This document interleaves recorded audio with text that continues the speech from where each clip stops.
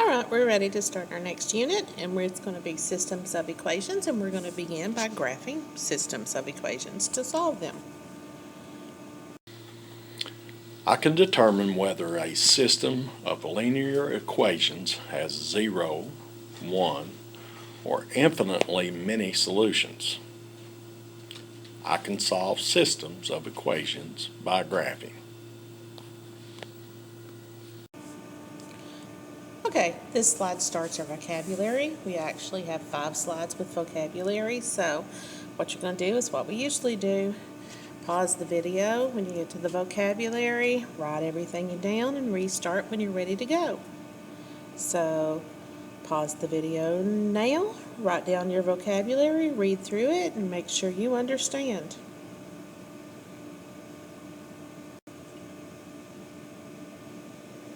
Here's our next vocabulary word. Pause the video, write it down, restart when you're ready to begin again.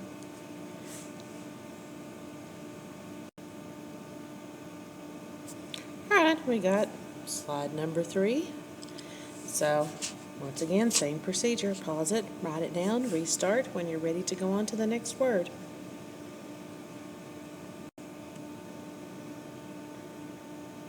Alright, you're almost there. Remember, make sure you get all this information down because we'll be using all of these terms throughout the rest of the video.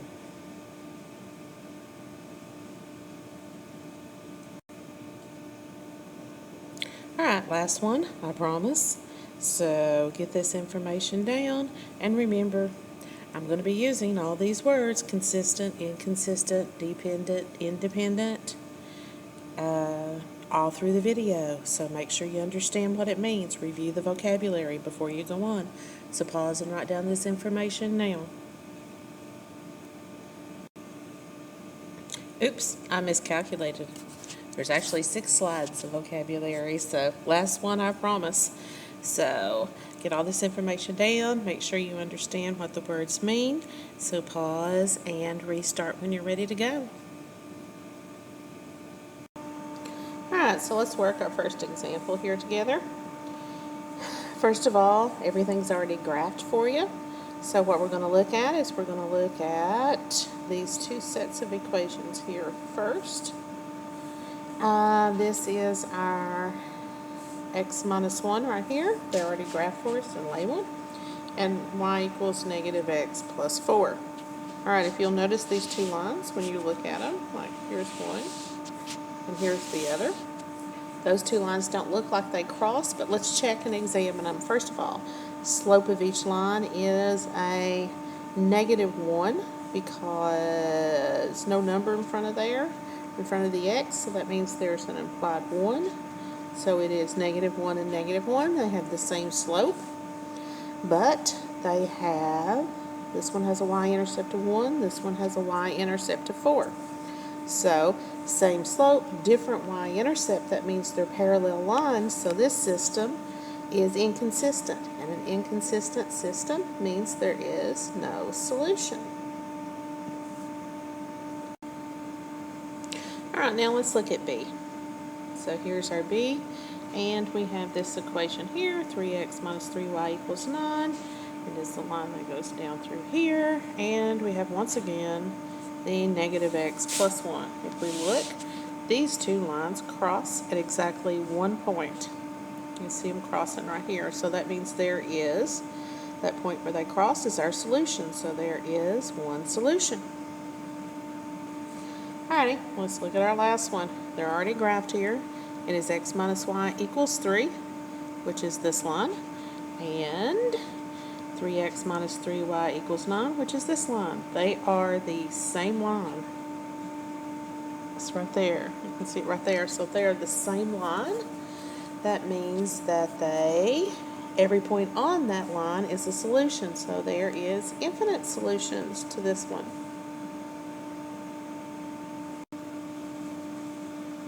Alright, next example. This one's not graphed for us, but we're going to have to graph it ourselves. Remember, we want it in slope-intercept form because it's our blueprint for creating a graph. What we're going to do is we're going to graph this one first. So we're going to go to, let's see, 8. 2, 3, 4, 5, 6, 7. So 8 should be about right here. And remember, we start with the y-intercept, so that is 8 on the y-axis. And from there, we're going to use our slope. No number in front of the x, but I got that implied 1, so my rise over my run is negative 1 over 1. So I'm going to go down 1 and over 1, down 1 and over 1, down 1 and over 1, and I'm just going to keep going to try to make my line a little bit better.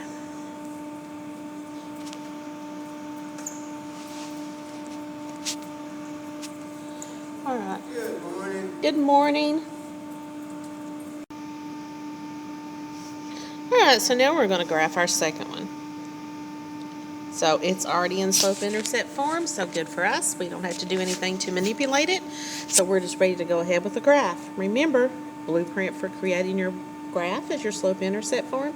And we start with the y-intercept. Vertical one is the y-axis. So I'm going to go down to -7 because there's a negative sign in front of there. So 2, 3, 4, 5, 6, 7. So that's my starting point there. And then I'm going to use my slope. Remember, your slope is always attached to your x. And I want to rise over my run. So since that's a whole number, an integer, I can put it over 1. 4 is my rise. 1 is my run. So I can go up 4. 1, 2, 3, 4. And over 1. And then up again. 1, 2, 3, 4. And over 1. And then I can go up again. 2, 3, 4, and over 1. And this is my second line. Alright, so this one, since they have a different slope, I knew I was going to have one solution, and this is my solution here. It's where these two lines cross. And that is the point 1, 2, 3. The point 3, comma, 1, 2, 3, 4, 5. That is my solution there. The point where they cross, 3, 5. My x-coordinate's 3, my y-coordinate's 5. So that's that example. Alright, so here's our next example. On this one, it's not already in slope-intercept form, so we're going to have to put it in slope-intercept form. So we're going to do that with the first equation. Slope-intercept form is y equals mx plus b. I'll write that at the top. And what that means is we want y by itself. So I've got to get rid of everything with the y. So basically what I'm doing is I'm picking up this x and I'm moving it to the other side. And when I do that, it becomes negative. So I don't have an x over here now. But I still have a 2 in front of that y. And remember, when I have a number in front of a variable, it means multiplication. So I have to divide. So, and then these cancel out. And my equation in slope-intercept form is this. I'm going to rewrite this equation at the top so you can see it. Here's the first one. I'm going to have negative x over 2 plus 5/2. Alright, now I'm going to solve the second one. Same thing. I want y by itself, so I need to get rid of that 2x. I'm going to move it over here. So then it's negative when I move it to the opposite side. I do that by subtracting it from both sides. So move it to the opposite side. It makes it have the opposite sign. Then I have a 4 in front of that y. I need y by itself, so I've got to get rid of the 4. So I divide by 4. So my second equation ends up looking like, that's my pen, I think y equals negative x over 2. And that is a plus, and that reduces down to 1/2. Alright, I can already tell here I've got slopes that are the same, negative 1/2 and negative 1/2. I have different y-intercepts, so I'm going to have two parallel lines, and there's going to be no solution, but my directions say graph it. So I'm going to graph it. First of all, this first one, my y-intercept is 5 over 2, which is 2.5, which is about right there. And then my slope says I go down 1 and over 2. So this is this line. And it's really hard to graph this with this stylus, so I'm doing my best. And let's graph the other one. My y-intercept is 1/2. And my slope is the same, -1/2, so I go down 1 and over 2. So there's what my lines look like. And because they have the same slope and different y-intercepts, I know they're parallel. That fits the definition of a parallel line. And because they're parallel, they never cross, so that means there's no solution. Alright, so why don't you give this one a shot yourself? So put it in slope-intercept form, compare your slopes, compare your y-intercepts. That should tell you whether you're going to have no solutions, one solution, or infinitely many. And then graph it.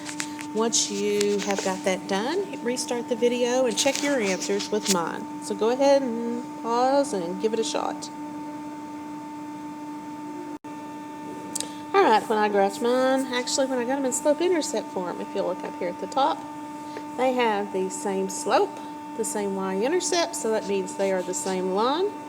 So what that means is if they're the same line, every ordered pair on that line is the solution. So there is infinitely many solutions to this one.